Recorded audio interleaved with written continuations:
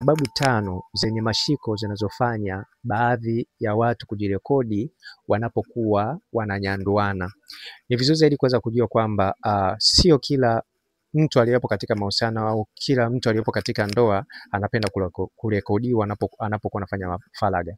Lakini kuna watu kabisa, yani wao wanaridhiana wao kwamba turekodiane kwa ajili ya jambo fulani au kwa ajili ya sababu hizi 5 ambazo nitaweza kuzitaja. Na ni vizuri zaidi kuweza kujua ni sababu ambazo zina mashiko ambazo zinafanya mke na mwanaume kuweza kuridhiana, kuweza kurekodiana wakati wanapokuwa wanafanya faragha. Sababu ya kwanza kabisa ni sababu ya kurekodi kwa ajili ya kujitazama kama unajua kufanya faragha. Hii ni mojawapo ya sababu yenye mashiko.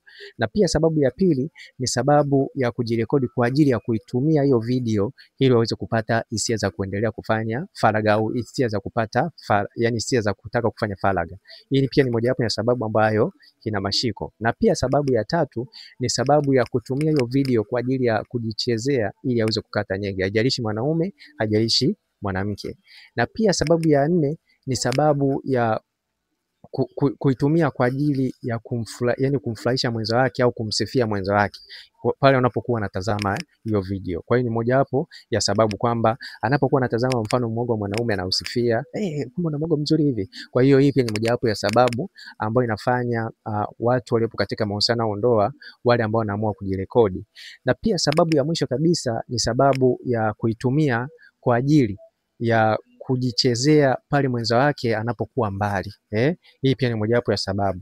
Kwa hiyo ni muhimu sana kuweza kujua kwamba hizi ni sababu 5 ambazo zina mashiko ambazo zinafanya watu waliopo katika mahusiano ama ndoa kujirekodi wanapokuwa wananyanduana. Kwa hiyo ni vizuri zaidi kuweza kujua kwamba sio tatizo, lakini ni vizuri zaidi kuweza kujua kwamba kama una hiyo tabia kujirekodi na mwenza wako, basi jitahidi sana kuweza kuficha hizo video kwa kuiweka katika mafaili tofauti tofauti na kuweka password, kwa sababu inaweza katokea siku ikavuja. Kwa hiyo ni muhimu sana kuweza kujua kwamba sio tatizo kurekodiana, na nimeweza kutoa sababu ambazo zinafanya watu waliopo katika mahusiano au ndoa kuweza kujirekodi wakati wanapokuwa wananyanduana. Na nikumbushe pia unaweza kupata kitabu ambacho kitakusaidia wakati wa kufanya faragha na pia kumpata mtu sahihi wa kuingia naye katika ndoa. Ni kitabu ambacho ni kizuri sana, ni kitabu ambacho kitakusaidia kuingia katika mahusiano sahihi ambayo yatajenga ndoa sahihi. Pata hiki kitabu na pia pata ushauri